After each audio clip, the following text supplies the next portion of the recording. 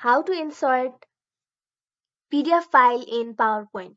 Hello everyone, this is Sabrina here to help you today. So without any further ado, let's get right into the video.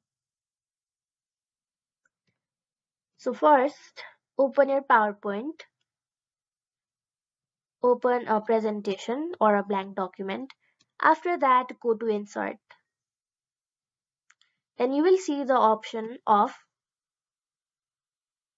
hyperlink. Simply select it. Then you will find your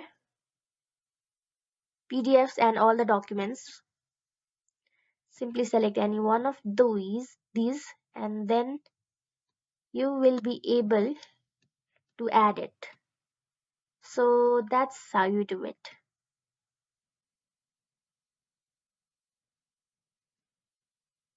Thank you for watching this video. Make sure to like, share and subscribe to our YouTube channel. If you got any questions, comment them down and I'll catch you in the next one.